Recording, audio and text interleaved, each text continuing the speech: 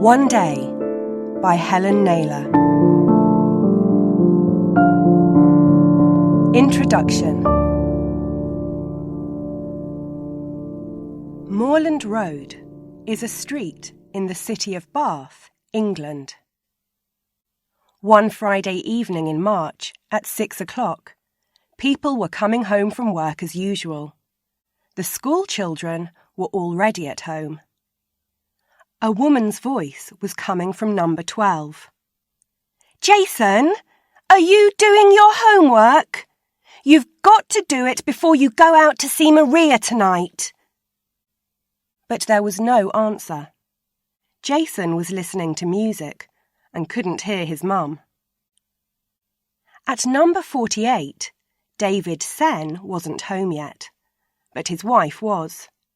32-year-old Nina Sen was tired after a long week of work at the bank. She had some news for her husband, but she wasn't sure how to tell him. Across the street was number 75. Maggie was in the living room, sitting on the sofa.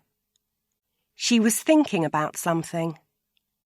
It was a nice something, because she had a smile on her face.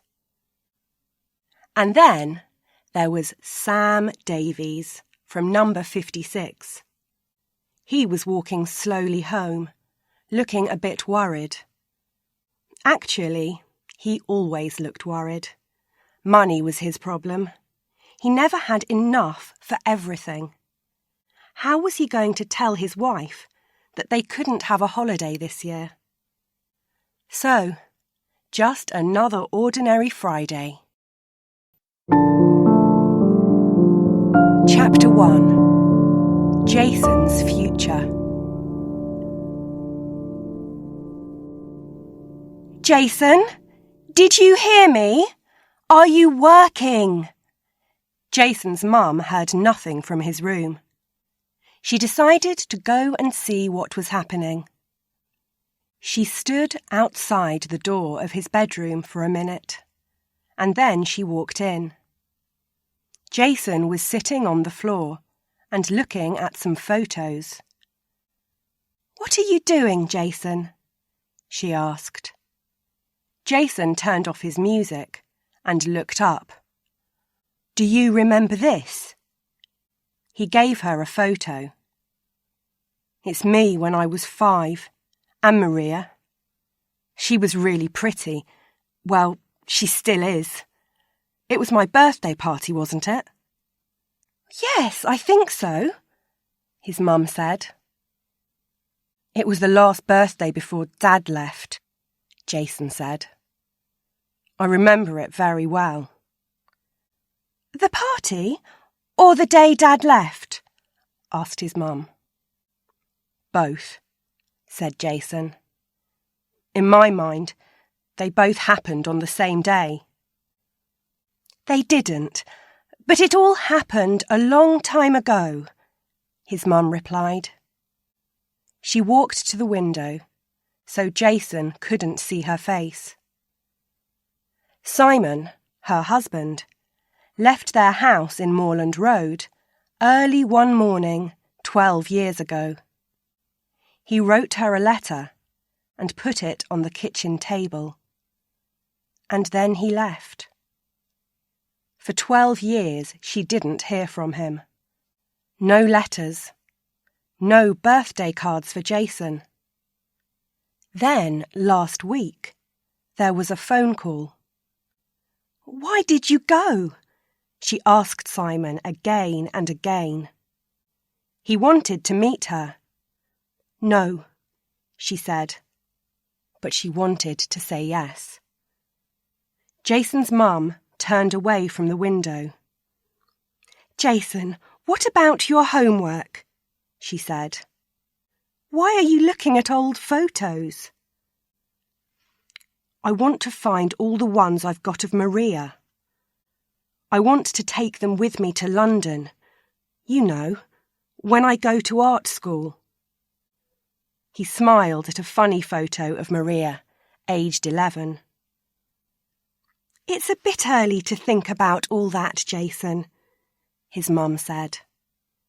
You're not going until the autumn, and you don't know if you're going to get a place at the art school.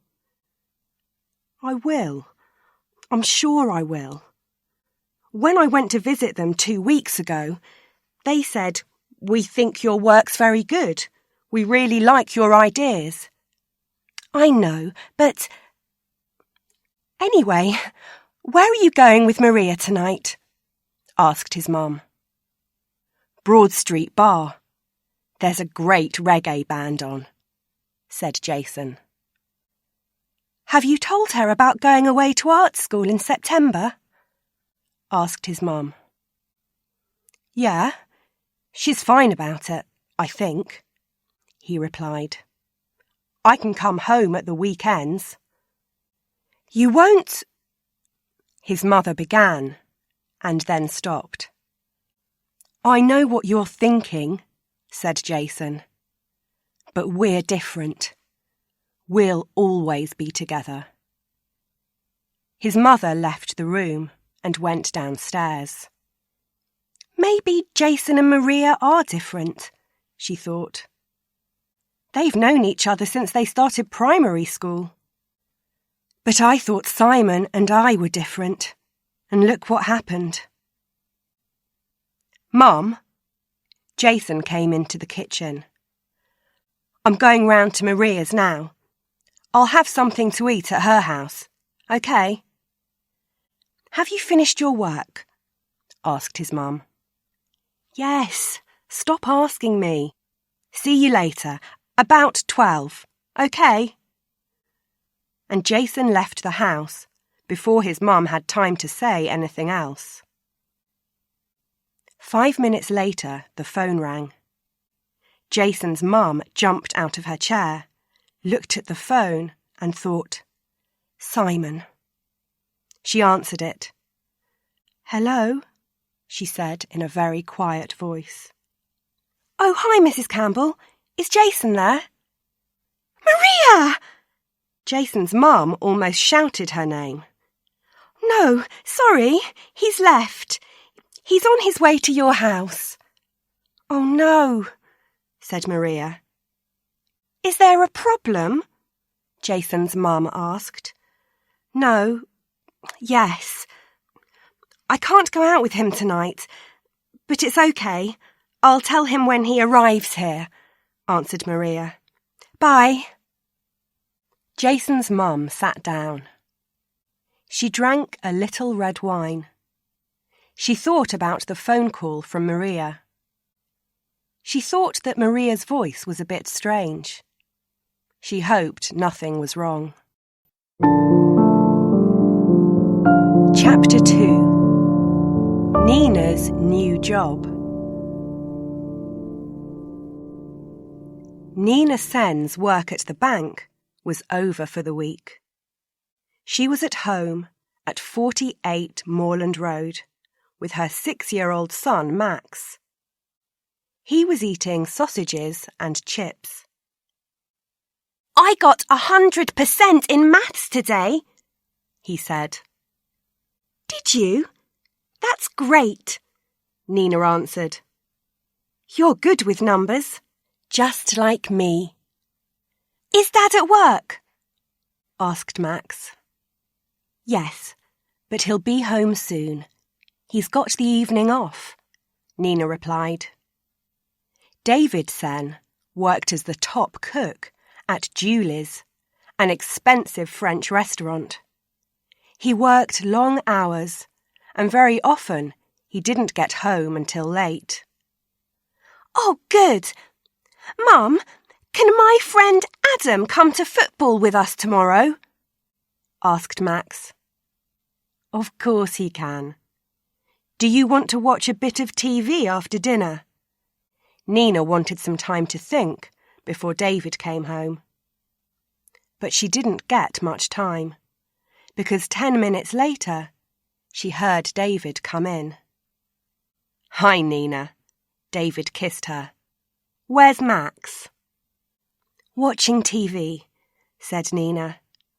How was the restaurant today? Good. You know Dan? Asked David. The new assistant in the kitchen.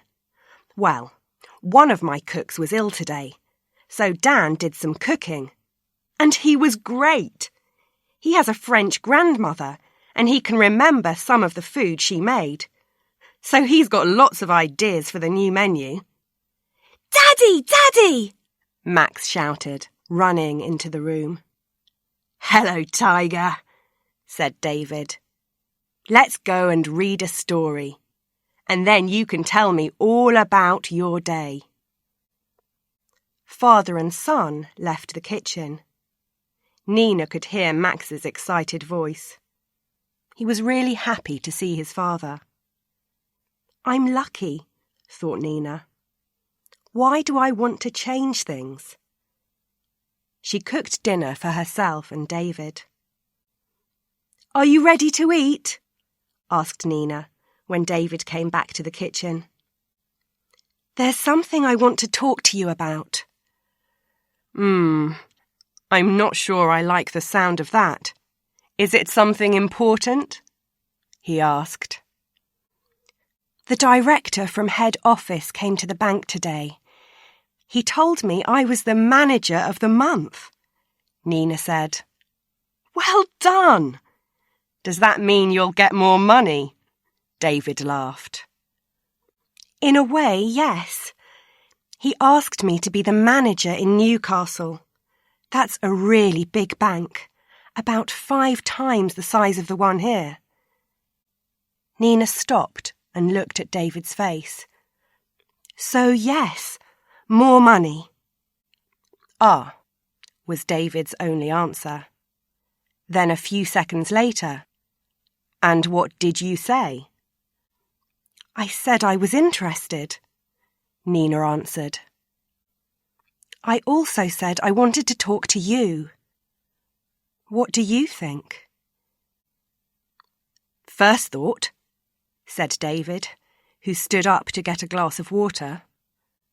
Well done you. You work hard, and I'm pleased for you. Second thought, what about my job? Third thought, Newcastle is so far away from here. I thought all that too, said Nina. She went across the kitchen and stood with her arms around David. And what about Max? He loves his school and his friends. And there's my mum and dad to think about, continued David. I know they live in Exeter, but it's only 100 kilometres from Bath, and we see them quite often. They could come with us. I'm sure they'll be happy in Newcastle. Your mum was born near there, wasn't she? Nina was trying to think of some more good reasons. She really wanted this new job. Yes, but they have all their friends around them now, and they love living in Exeter, David answered. It's a big thing to move at their age. Forget them for a minute. What about you? Asked Nina. Well, you know I love working at Julie's, David replied. We've got a good name since that newspaper wrote about us. It's an exciting time, and I don't really want to leave. Of course, I'm sorry the restaurant isn't mine, but we haven't got the money to buy it, so... I really want to say yes, David, Nina said. I think this is just the beginning. Maybe I could become manager for a big area in a few years, and after that, well, who knows? Then we could buy 2 restaurants and... Slow down, said David with a smile. We haven't decided yet. When does the job start? In 3 months, replied Nina. David, we're still young. It could be exciting to start again in a new city. True, replied David slowly. When do you have to give the bank an answer? Well, they want me to decide by the beginning of next week, Nina said. Say yes then, said David quickly. What? Nina looked at David. She couldn't believe it. Well, we can't buy Julie's. That's what I'd really like, David answered. But I can get another job in a good restaurant in Newcastle. And your work is important. I know you love it. Oh, David, you're wonderful. I'm so pleased I married you. Nina laughed. I'm going to write to head office and tell them before you change your mind. David pulled Nina close and kissed her. I hope we've done the right thing, he said. Anyway, now I'm going to have a long, hot bath and think about it. And then I must phone Mum and Dad. I haven't spoken to them all week. Don't tell them yet about Newcastle, said Nina. Let's keep it to ourselves for the weekend. Nina sat at the table and wrote. Then she walked down Moreland Road with her letter and put it in the postbox on the corner. She heard a soft plop sound as it fell onto the other letters in the box. We've decided what to do, and nothing can change that now, she thought. Chapter 3. Dinner at Maggie's. Maggie was sitting on the sofa. She had a photo in her hand. She was thinking about her holiday in Chile last month. She and her friend Belen went to Chile for 3 weeks, walking in the Andes Mountains. It was a wonderful time. Well, actually, I don't think the holiday was as wonderful for Belen as it was for me, Maggie thought. She looked at the photo and saw a happy group of young people. They looked happy because the day's walking was finished. They were also happy because that was the day they saw the beautiful bird. A condor, the famous bird of the Andes, flew high above them in the sky that day and stayed with them for hours. Maggie was sad to see it fly away at the end of the day. It was a very important bird for the Inca people, you know, said Javier, their group leader. On lots of old Inca buildings, you can see an unusual cross. It's unusual because it has 3 levels, like this. And Javier drew the cross on the ground. He continued, for the Incas, each level was a different world. The lower world, this world, and the higher world. And there was an animal for each world. The higher world had the condor. So you see, these birds were very special, very important for the Inca people. The group were interested in Javier's stories. Belen was more interested in Javier. From day 1, Maggie knew that Belen liked Javier. Well, he was great-looking and friendly with everyone. Belen talked to Maggie a lot about Javier, what he said to her, how she felt. This is exactly what she was like when we were at school together, thought Maggie. I hope I don't have to listen to this all holiday.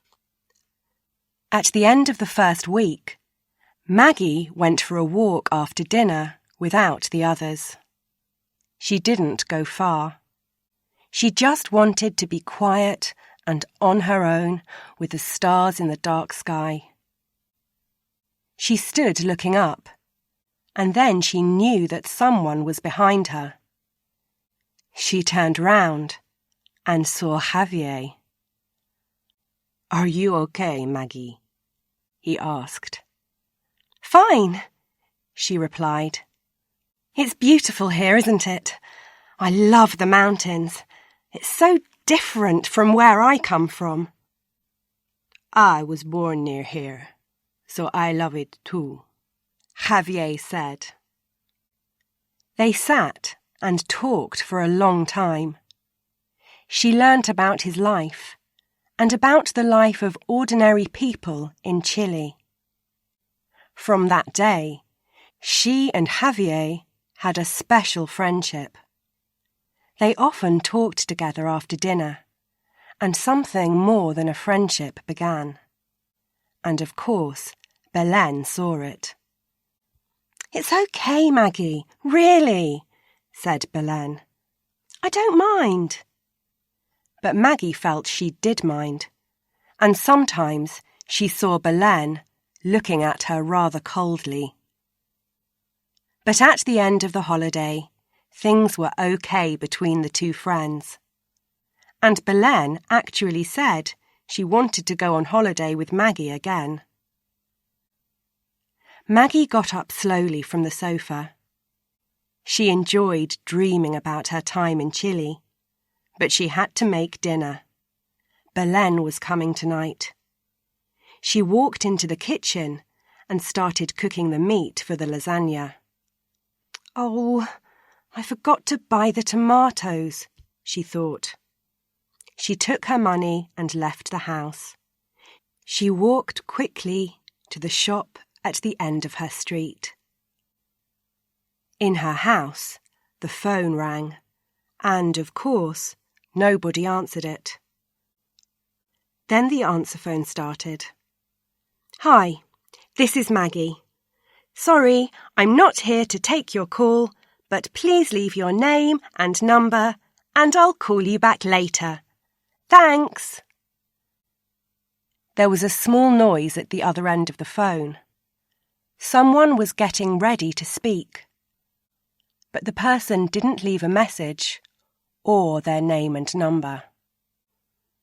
Maggie came back with the tomatoes. She saw the message light on the phone. Probably Belen, she thought. Maybe she's going to be late. Maggie played the message, but there was nothing to listen to. Strange, she thought. She went into the kitchen and finished the lasagna. Then she took a glass of red wine into the living room. She picked up the phone. "Telephone number 07788 536 782 called today at 1900 hours," she heard. Maggie wrote the number down and thought, "I don't know anyone with that mobile number." But then she heard someone at the front door. It was Belen. "Hi, Maggie," said Belen and gave her a kiss. Something smells good." They walked into the living room, and Maggie gave Belen a glass of wine. "It's good to see you," said Maggie. "You look great. I love your hair." "Thanks. And how's the lovely Javier?" asked Belen. "Have you heard from him?" "Yeah, I have," said Maggie. "I got an email last week. He was in an internet cafe in Santiago." "Great! I thought it was just a holiday romance. But I'm really pleased for you. No, really I am," said Belen quickly when she saw Maggie looking carefully at her. "He says he's coming to England very soon. Maybe next week," said Maggie. "Really? So soon? It must be love," said Belen with a smile. Well, I don't know about that, Maggie laughed. He doesn't say anything about love, just that he's coming and that he's written me a letter to tell me everything. Everything about what? Belen asked. I don't know. It's a bit of a strange email. Look, you can read it. Maggie gave the email to Belen. She read, Hi, Condor Girl. I'm coming to England very soon. I need to get away from Chile for a bit. Have written to tell you everything. Can't say much now. Looking forward to seeing you a lot. Much love. Javier. Chapter 4. Sam has money problems. Sam arrived at his house, number 56. The lights were on in every room, and he could see his 16-year-old daughter, Emma, sitting at her computer in her bedroom. Sam went inside the house and put his bag down. Wonderful, he thought. No more work until Monday. Sam worked for the town's newspaper, the Bath Chronicle. He was a reporter, but not a very important one. He quite liked his job, but he didn't get a lot of money for it. When he started work at the newspaper 20 years ago, he had big ideas. He wanted to work there for a few years and then move to London to work for one of the big newspapers. But time moved on, and he didn't. Sam still wrote about the ordinary lives of people in Bath, and sometimes a big story. Then all the people on the paper had to work together, and it felt good again for a short time. Hannah, where are you? Called Sam. Upstairs with Alicia, a voice replied. Sam went upstairs and found his wife, Hannah, in the bathroom. 2-year-old Alicia was playing in the bath with about 10 yellow plastic ducks. Hello, my favourite 2 girls, said Sam and kissed them both. I heard that, Dad, called Emma from her bedroom. What about me? I thought I was your favourite. That was yesterday, when you made me a cup of tea, said Sam, and walked into his older daughter's room. Emma was looking at something on the internet. I'm trying to find something about Chile for my geography teacher, said Emma, and turned to give her father a kiss. Go and ask Maggie. She's just come back from Chile, replied her father. No, it's okay. I'll find it on the internet. It's quicker. Anyway, she probably doesn't know much about the Mapuche Indians. Dad, you know I really like geography, don't you? Asked Emma. Yes, replied her father. Well, our teacher wants to take us to Norway after school finishes in the summer. She told us about it today. It sounds wonderful. Can I go? Emma looked at her father. He could see how excited she was. It'll be expensive, won't it? Asked Sam. I'm not sure, replied Emma, but she knew it wasn't cheap. There's the money I got for my birthday. We can use that. Yes, but that's not enough for a holiday to Norway. I'll talk to your mum about it, said Sam. and he left the room, again thinking about money. Sam went into his other daughter's bedroom. Hannah was sitting on the bed. Alicia was nearly asleep, so Sam kissed her goodnight. "How much does Emma need for Norway?" he asked Hannah as they walked downstairs. "A lot. About £700, I think.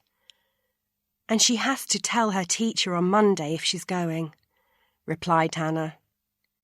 "She really wants to, Sam." "I know. I'll try to find the money from somewhere." Sam walked into the back garden for a cigarette. Hannah sat down at the kitchen table to read the newspaper.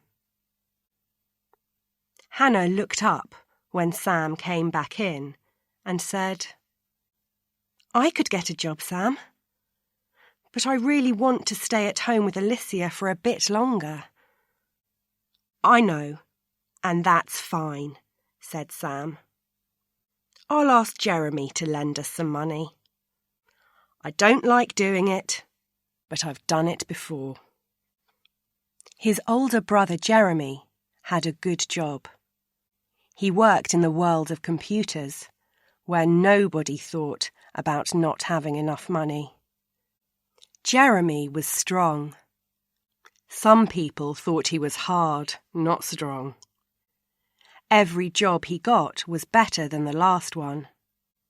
He wasn't happy if life was too quiet and easy. He was a doer, not a thinker. His wife was the same. They both worked and played really hard. It's good that they don't have any children, because there isn't enough time for them in their lives, thought Sam. Jeremy didn't understand how expensive children were, and Sam hated asking his brother for money. He could tell that Jeremy felt sorry for his younger brother. "Why don't you get a better job, Sam?" Jeremy always asked. "You're intelligent. You could do anything." "I like my job," replied Sam. "I don't want to work anywhere else." That wasn't really true, but he could never let Jeremy know that. And this was the same conversation Sam and Jeremy had on the phone that Friday evening. But then it changed. "I'm sorry, Sam, but I'm not going to lend you the money," said Jeremy. "Pardon?" said Sam. No money this time. You need to think about your job. Get a job with more money. You've got to change, Sam. Every time you need money, you come to me. Well, I think it's too easy." Jeremy stopped. Sam put the phone down. His head was hurting. He couldn't believe it. His own brother didn't want to help him. His own brother talked to him like that and made him feel small and dirty. Sam went back into the kitchen. "What did he say?" asked Hannah. "Fine," said Sam. "He'll lend us the money so Emma can go to Norway." "I know it's difficult for you to ask, so thank you, my love," said Hannah and kissed him. Sam didn't look at Hannah and went to find Emma. Chapter 5. Jason and Maria. Maria opened the front door of her house and let Jason in. "Hi," said Jason, and kissed Maria. She took his head in her hands and looked at him for a few seconds. "What are you looking at? Have I got something on my face?" asked Jason. and he kissed her again. "No, I just wanted to look at you. You've got a lovely face," replied Maria, and walked into the living room. "Are you okay?" asked Jason, following her. "I haven't seen much of you this week." "I'm fine," replied Maria. Then she turned and looked at Jason. She saw someone who was her best friend. She saw a person she loved, but she knew that she was going to change everything. "Jason, sit down. I need to talk to you," said Maria. She took his hand. "There isn't an easy way to say this, but I've met someone else." "What do you mean? Met someone else?" For a moment, Jason didn't understand. Then his face went white. "When I was on holiday with my family in France at New Year, I met a man and—" This was the difficult bit to say. "And I think I love him." "You said you love me," said Jason in a loud voice. "I did. I do. I do love you, but maybe like a brother. I feel a different love for Francois." Maria looked at Jason. "Oh, Jason, I'm sorry. I didn't want this to happen." "You don't love him," said Jason. "It was just a holiday romance. How can you fall in love with someone else? Have you heard from him since the holiday?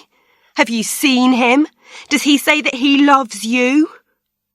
"Yes, he loves me too," Maria answered. "We've emailed each other every day, and he came to London last week for a few days. I saw him then, when I stayed at my sister's." "You told me your sister wanted to spend some time with you," said Jason. "So that wasn't true, was it?" Jason looked at Maria. He couldn't believe what was happening. "When we finish school in the summer, I'm going to Paris to study. Francois is studying there at the moment," Maria said, not looking at Jason. "You've thought of everything, haven't you?" "When did you decide all this?" Jason asked. Maria didn't reply. Jason got up, put on his coat, and said, "I'm going. I can't stay here. It hurts just to look at you." "Will you be all right?" asked Maria. "I don't know. And anyway, it's not your problem now, is it?" replied Jason angrily. "Jason, please don't," said Maria. "Don't go. We need to talk some more." But Jason was already running out of the front door. He ran and ran until he couldn't run any more. He wasn't angry anymore, but just so sad. He started to walk slowly home. He hoped his mother was out.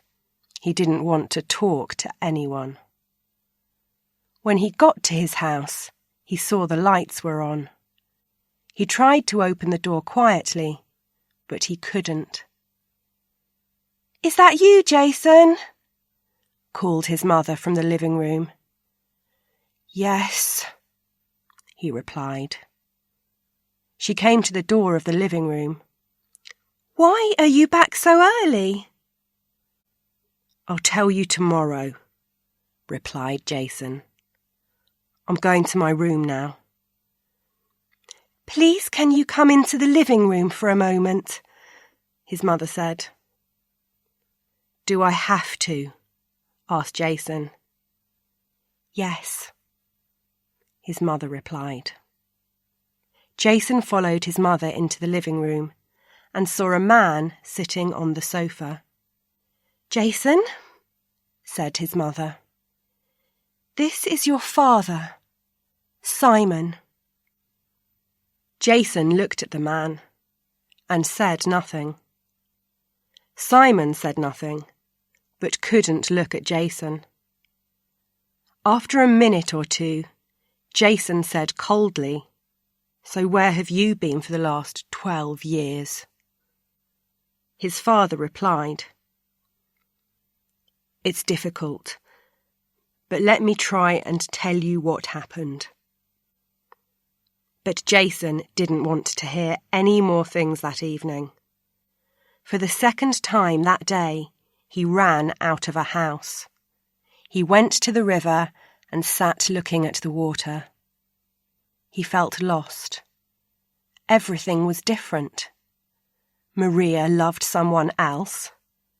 A strange man, someone he called Dad 12 years ago, was sitting in his house. Jason felt he was going mad.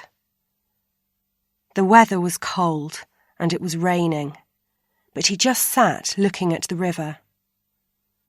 For a moment he thought about jumping into the water and letting it take him away. Who will be sorry? Nobody, he thought. But, deep inside, he didn't really believe that. He put his hand into his pocket and found some cigarettes. He lit one, stood up, and turned away from the river. For hours he walked the streets of Bath. The rain was still falling and he was wet through. At about 3 o'clock in the morning, he was outside the city's mail depot. There was a lot happening. Big vans were arriving with bags of letters.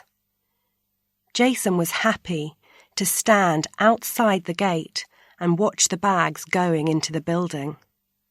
He stopped thinking about his problems for a bit, and time passed. One of the men shouted to him, "Hey, mate, you all right?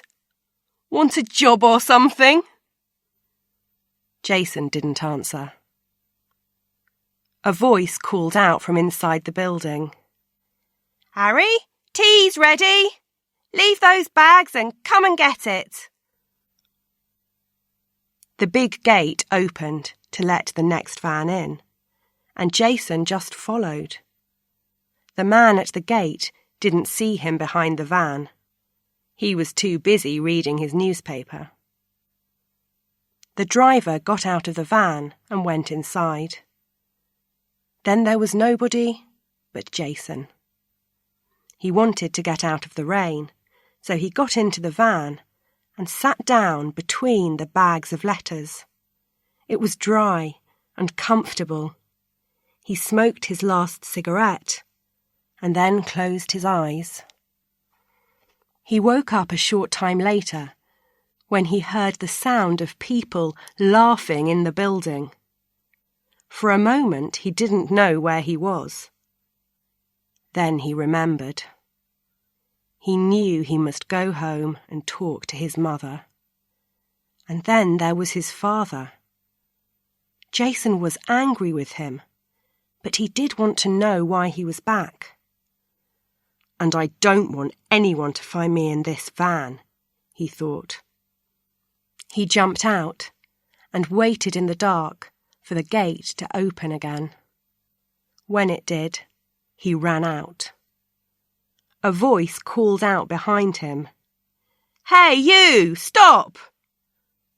But he didn't. He ran on. His head was hurting, and his clothes felt wet and uncomfortable. There was only one thing in his life that made him feel good: going away to art school in the autumn. It was really important that he heard from the London Art School soon. Chapter 6. Nina and David talk. David lay in the bath. He thought about Nina's new job and about all of them moving to Newcastle. He loved working at Julie's and he was sorry to leave it. And Max liked his school. But Nina was important too. David knew she was wonderful at her job. He got out of the bath and put on his jeans and a blue sweater. He went into Max's bedroom. His son was asleep. David sat on his bed for a few minutes. Then he gave him a kiss, turned off the light, and left the room. "Just going to phone Mum and Dad," David called to Nina. "OK. Remember, don't tell them about my new job," said Nina. "No, I won't," replied David. David phoned his father. "Hi, Dad. Are you OK?" "Fine," replied his father. "Your mother and I had a lovely walk by the sea this afternoon. Anyway, it's good you phoned. We wanted to tell you there's something in the post for you. For your birthday on Tuesday. It'll be a surprise, I know, but I hope it's a good surprise." "That sounds interesting," said David. "Are you going to tell me anything more about it?" "No, you'll have to wait. Let me just get your mother. I know she wants to speak to you," his father said. "Joan!" his father shouted to his mother. "It's David on the phone." "Coming!" David heard his mother's voice. And then he heard her say in a quiet voice to his father, "Have you told him?" And the answer, "No." "Hello, David," said his mother. "Are we going to see you soon? Can you come down next weekend?" "Yes, on Sunday," said David. "We can't on Saturday because I'm working, but Sunday will be fine." "Oh, good," replied his mother happily. "We want to see our lovely grandson again. We're lucky that you live near, so we can see him quite often." David said something, but all the time he was thinking, how can we tell them that we're taking him away to Newcastle? "I'll give the phone back to your father now. I know he wants to tell you something about the garden," his mother said. "See you all next Sunday." "Bye, Mum," David said. He then listened to his father talking about some ideas he had for his garden. David could hear how excited he was. His father was only really happy when he was outside and doing things. At the end of the conversation, his father said again, "I hope our surprise for your birthday is what you want." "I'll ring you as soon as I get it," replied David. "Bye for now, Dad." David put the phone down and walked into the living room. "Everything okay?" asked Nina. "Yes, fine," said David. "I said we'll go down to see them next Sunday for the day. That's okay, isn't it?" "Sure." Nina saw the look on David's face. "Mum said how she loved having Max so near," said David, "and I felt bad. They're getting older, and they'll be so sad when we tell them about Newcastle." "Oh, David, I know, but they'll want us to do the right thing for us, as a family," replied Nina. "But now, I really don't know if it is the right thing anymore." said David quietly. They talked for hours, and the questions were always the same. Is it right for us to go to Newcastle? Do we ask your parents to go with us? Do we forget about the new job and stay in Bath? And then there was a new idea. Maybe David and Max could stay in Bath, and Nina could go to Newcastle for the week and come home every weekend. But how could David look after Max and work in the restaurant? In the end, they agreed. It was the same as their earlier decision. Newcastle in June for all the family. It'll be okay, won't it? Asked Nina. I hope so, love, replied David. I really hope so.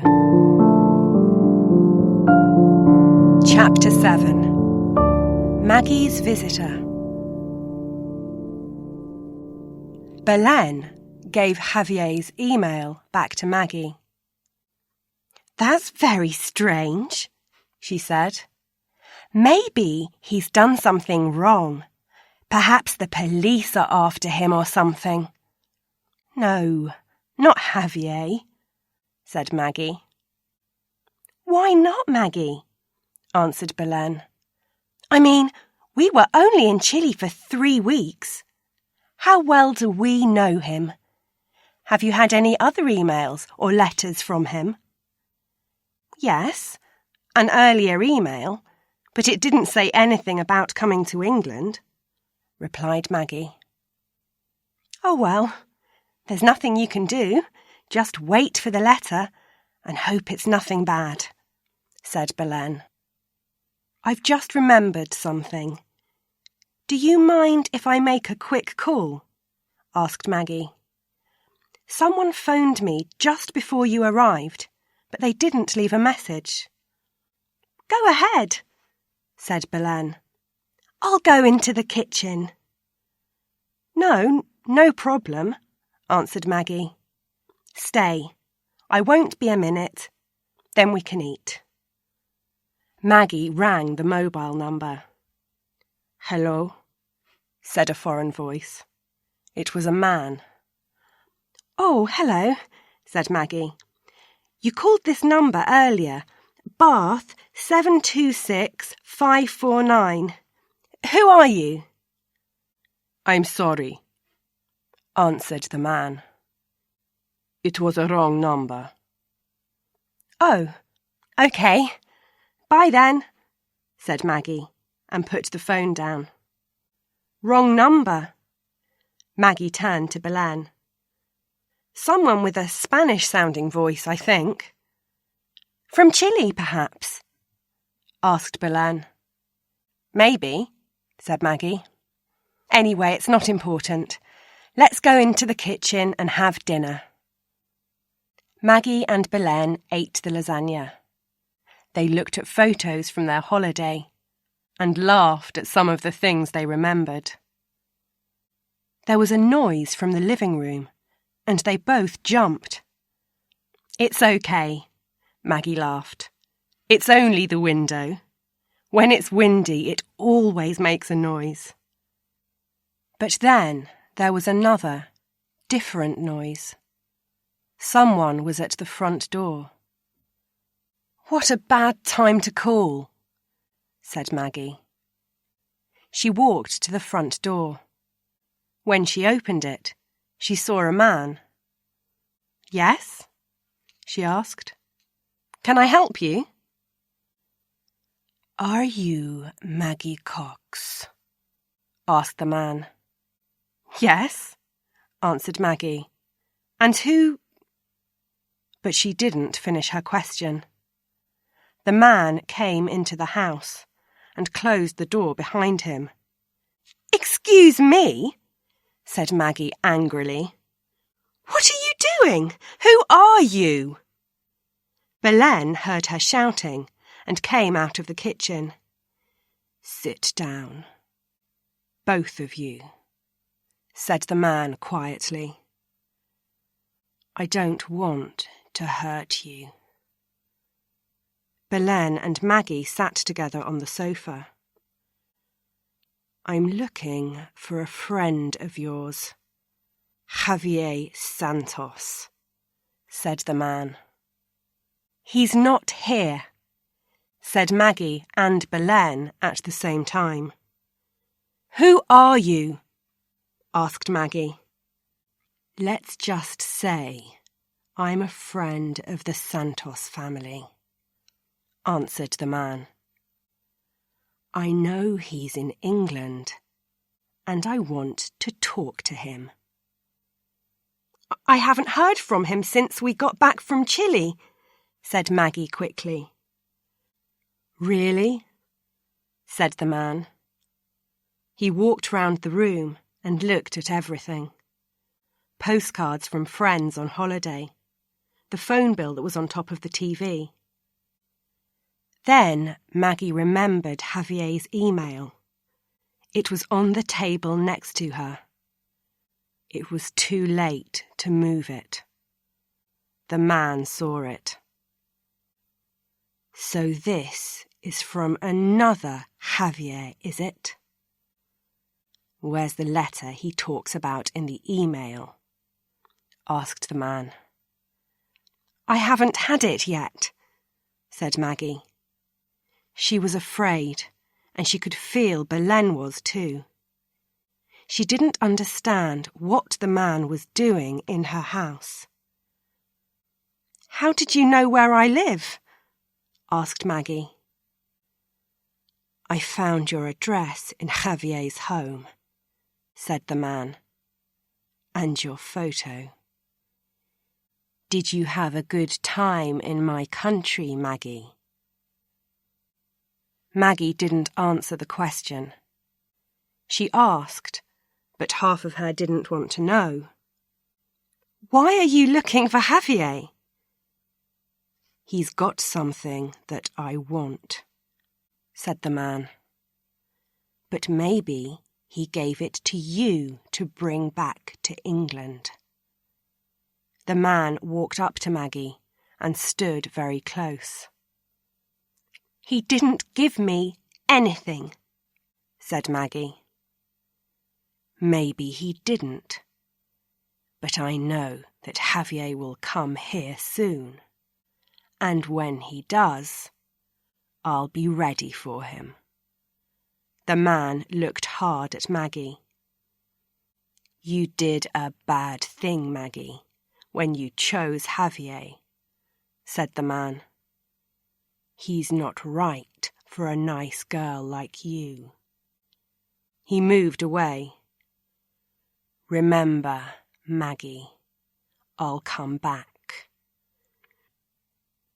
Belen and Maggie jumped up when the man left. You must phone the police, Maggie, said Belen. This is terrible. You must come home with me. You're not safe here. Maggie phoned and told the police everything. She told them, I'm not going to stay here. I'm going to stay with a friend tonight. You can call me on my mobile. 04776 567 831. The police asked her to go to the police station the next day. Maggie put some things in a bag, ready to leave with Belen. I'm so stupid, said Maggie. I thought Javier was really nice. I believed he loved me. But he was just playing. Maggie and Belen called a taxi and left Moreland Road half an hour later. Chapter 8. What Sam Didn't Know. How am I going to find £700? Thought Sam that Friday evening. And why didn't I tell Hannah about Jeremy? But it was too late now.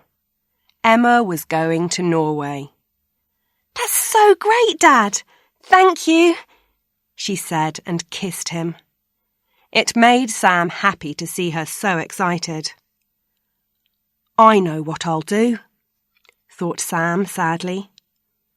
"On Monday morning, I'll take some of the jewellery my mother gave me before she died. There's a jeweller's shop on the way to work. I'm sure they'll be interested in buying diamond rings." Sam didn't want to sell the jewellery. He knew his mother wanted Emma to have it. "Maybe my brother is right," he thought. "I do need a job with better money. I don't know how much longer we can go on like this." That Friday morning, 600 kilometres away in the city of Edinburgh, something important happened that could change Sam's life. But Sam knew nothing about it. 2 people, a man and a woman, arrived at the offices of lawyers Barrett, Grab and Lennox. A man took the 2 visitors upstairs to the office of Frank Barrett. It was a very old-fashioned place with big, dark wood furniture. There were hundreds of law books all around the room. "Good morning," said Mr. Barrett to the visitors. "It's Paul and Sonia Cooper, isn't it? Please sit down." "Thank you," said Sonia, and sat down next to her brother Paul. "I'm sorry about your father," said Mr. Barrett. "We looked after his business for years here." "Thank you," said Paul. "He was 91 when he died. But now we need to know what he decided to do with his money and things." "Paul!" said Sonia. "That sounds terrible." "It's okay," said Mr. Barrett. "Let me tell you what he wrote in his will." Mr. Barrett didn't always enjoy reading a will to a family. Sometimes there were surprises in it that they didn't like. "I leave my house and all that is in the house to my 2 children, Paul and Sonia. My money I give to my grandchildren, Robert, Amy and Charlie." Paul and Sonia looked pleased. He continued, "But not all of it." Their smiles became smaller. "I want to leave some of my money to a special person who was a good friend to me in my life, Samuel Davies. About 30 years ago, when my wife died, Sam lived next door to me. He was a young man, but he spent many hours with me at that time. He visited me most days and listened to me when I talked about my wife. He was a true friend. I have never forgotten how kind he was. I want to say thank you to him and to give him £50,000. A few minutes later, Mr. Barrett finished reading, and the office was quiet. Then Paul Cooper said, "Samuel Davies is a lucky man. £50,000 is a lot of money, just for talking to Dad." And Sonia said, "I don't remember him." "Well, that's what Dad wanted to do, and it's his money, so that's that. We can't change anything. But how much will there be for the grandchildren, Paul's children?" "I'm not sure yet. We'll have to wait and see," said Mr. Barrett. "We have to let Samuel Davies know. It could take quite a long time. You know, the address your father gave us could be wrong now. But I'll write to you as soon as I know." "But if you don't find him, what happens to the money?" asked Sonia. Oh, I'm sure we'll find him. It could take months, but we usually find people in the end, replied Mr. Barrett. Paul and Sonia left the lawyer's office quietly. Mr. Barrett gave some papers to his secretary, and she wrote a letter to Samuel Davies. At lunchtime, she took the letter to the post office. As she put it in the postbox, she thought, "Lucky Samuel Davies. What's he going to do with £50,000? Back in Bath that Friday evening, of course Sam had no idea about Mr. Cooper and his money. He went to bed unhappy. Was it right to sell his mother's jewellery? And what job could a man his age get that paid more money? Chapter 9. Fire. At 3:30 on the morning of Saturday the 15th of March, a small fire started in a van at the back of the mail depot in Bath. Nobody saw it at first because everyone was inside the building. Then someone smelled something and shouted, "Fire!" Another person ran outside and saw what was happening. Someone else phoned the fire service. They tried to put out the fire, but they couldn't. The fire service arrived very quickly and put out the fire. But 2 big bags of letters were lost. In those bags were 4 very important letters for some people in Moreland Road. St. Martin's School of Art, Charing Cross Road, London, W1 8XA. Jason Campbell, 12 Moreland Road, Bath, BA6 5LZ. 13th of March. Dear Jason, thank you for coming to see us last week. We really like your work, and we think that you are the kind of student who will do well here at our college. We are very happy to offer you a place here from September. As you know, there are many students who want to come to this art school, so it is important that you reply to us.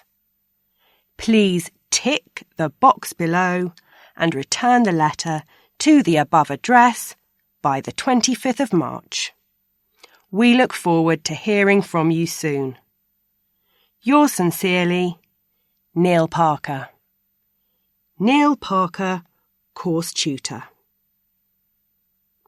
Yes, I can take a place on the art course starting in September. No, I cannot take a place on the art course starting in September. 120 Wharf Road, Exeter, 13th of March. Dear David, first of all, happy birthday. We hope you have a really lovely day. We've been thinking about our future and we want to do something with our money. We have enough for ourselves, so we've decided to spend some. We know how hard you work at Julie's, and we know that you've always wanted it to be yours. So we've bought it for you. We met Jean-Pierre last month and agreed a price. Yesterday we heard that it's now ours. Well, yours actually. We both know that you're going to make the restaurant better than ever. Can we come to dinner on your first big night? Lots of love to our wonderful son, Mum and Dad. Santiago, 6th of March. Dear Maggie, hope you got my email. And I hope this letter won't make you angry. I am coming to England because I must leave Chile. I haven't done anything wrong, but my brother has. He's in with some bad people. My brother has disappeared. Nobody knows where he is. His friends think I've got some of his papers, but I haven't. So I want to come to England and get away from all these problems. Maybe I can get a job and stay there for a bit. Also, I want to see you. I think we're at the beginning of an exciting time together. I'll be with you very soon. Until then, please believe me that I have done nothing wrong. Please email me and tell me I can come. Lots of love and kisses. Javier. Barrett, Grab and Lennox, 34 Queen Street, Edinburgh, EH2 3XJ. Samuel Davies, 56 Moreland Street, Bath, BA6 5LX. 14th of March. Dear Mr. Davies, we are writing about Mr. Thomas Cooper, who has sadly died. Mr. Cooper has remembered you in his will, and we would be grateful if you could write to this office as soon as possible. Yours sincerely, Frank Barrett. Frank Barrett. Conclusion. And what happened to Jason, David and Nina, Maggie, and the Davies family? Jason went away for 2 weeks to stay with his grandmother. She looked after him, and he began to feel better about himself. When he got back to Bath, he was sad that there was still no letter from the art school in London. He phoned the school, but it was too late. The school said he could have a place the next year. For a year, Jason stayed in Bath and did lots of different jobs. Simon, his father, came to the house sometimes, and Jason began, slowly and carefully, to get to know him. Nina's letter to the head office of the bank arrived safely. David never got the letter from his parents, but his mum and dad phoned him on his birthday, and he learnt about the restaurant. It was the best birthday present in the world. Nina decided to work in Newcastle and come home at the weekends. They were lucky because David's niece came to study at Bath University. She stayed with them and looked after Max. But it wasn't easy for the family. David wanted Nina to come home and work with him in the restaurant. But she stayed at the bank in Newcastle for 18 months. Then she took the job of area manager in Bristol, a city 25 kilometres from Bath. Maggie never heard from the Chilean visitor again. She never heard from Javier again either, and he never arrived in England. Maggie was very sad. She really thought that she and Javier were great together. It was hard for her. She wanted to believe that he was a good person, but all her friends told her to forget him. Sometimes she thought about going back to Chile to find him, but in the end, she didn't. She decided that probably it was just a holiday romance for him after all. Sam sold his mother's jewellery and gave Emma the money. After a few days, he had another conversation with his brother. Then he decided to leave his job at the newspaper and write a book. He worked at home so he could look after Alicia too. At first it was strange for him, but slowly he began to enjoy his new life. It was exciting to write, and Alicia was an easy child. Hannah got a good job in a shop which she enjoyed. They were still short of money. But one day, about 3 months later, he got a letter from Barrett, Grab and Lennox. Life began to look a lot better for Sam and his family.